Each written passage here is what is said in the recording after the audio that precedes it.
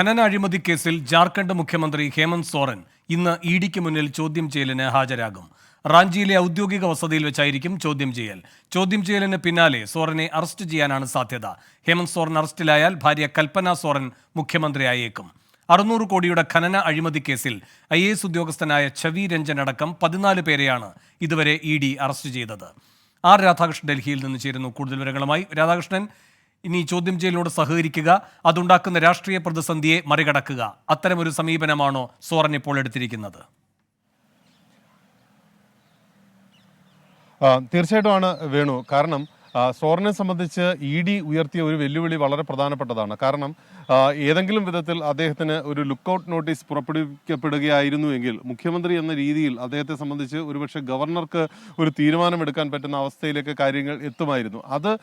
അതിന് അവസരം കൊടുക്കാതെയാണ് നിയമോപദേശത്തിന്റെ അടിസ്ഥാനത്തിൽ ഇന്നലെ സോറൻ പ്രത്യക്ഷനായത്. സോറൻ അറിയാം തൻ്റെ മേൽ ഇഡി മുറുക്കുന്ന കുരുക്ക് അറസ്റ്റിലേക്കാണ് പോകുന്നത് എന്നത് അദ്ദേഹത്തിന് അറിയാം. നിയമോപദേശം അദ്ദേഹത്തിന് അതുമായി ബന്ധപ്പെട്ട് ലഭിക്കുകയും ചെയ്തിട്ടുണ്ട്. നിലവിലുള്ള സാഹചര്യത്തിൽ 36 ലക്ഷം രൂപ വീട്ടിൽ നിന്ന് ഇഡി പിടിച്ചെടുക്കുകയും അതുമായി ബന്ധപ്പെട്ടിട്ടുള്ള സോഴ്സിൽ ഒരു അവ്യക്തത നിലനിൽക്കുകയും ചെയ്യുന്ന കാര്യത്തിൽ അതടക്കമുള്ള വിഷയങ്ങളും സോറന് തിരിച്ചടിയാണ്. അങ്ങനെയുള്ള ഒരു അവസ്ഥയിൽ ഇതിനെ രാഷ്ട്രീയമായിട്ടും നിയമപരമായിട്ടും നേരിടുക എന്നതാണ് തങ്ങളുടെ തീരുമാനമെന്ന് ഇന്നലെ JMM വ്യക്തമാക്കുകയും ചെയ്തിരുന്നു. അതിന് അനുബന്ധമായിട്ടാണ് ഇന്ന് സോറൻ ഇഡിക്ക് മുന്നിൽ ഹാജരാകാനായി പോകുന്നത്. ഇഡിയുടെ നടപടി എന്താണ് എന്നതിനെ സംബന്ധിച്ച് ഒരുപക്ഷെ ഇഡി അറസ്റ്റിലേക്ക് നീങ്ങും എന്നാണ് ഇപ്പോൾ വരെ ലഭ്യമാകുന്ന സൂചന. ഇനി അവസാന നിമിഷത്തിൽ ഇഡി മറ്റേതെങ്കിലും വിധത്തിൽ വിശദീകരണമൊക്കെ ആവശ്യപ്പെട്ട് പിന്മാറുകയാണെങ്കിൽ അത് മുൻ തവണകളുടെ ആവർത്തനമായി മാറും. പക്ഷേ ഇപ്പോൾ ഒരു സാഹചര്യത്തിന് അനുസരിച്ച് ഇഡി അറസ്റ്റിലേക്ക് നീങ്ങിയാൽ തുടർന്നുള്ള രാഷ്ട്രീയ സാഹചര്യങ്ങൾ അതിനെ ഭാര്യയെ മുൻനിർത്തി നേരിടുക എന്നതാണ്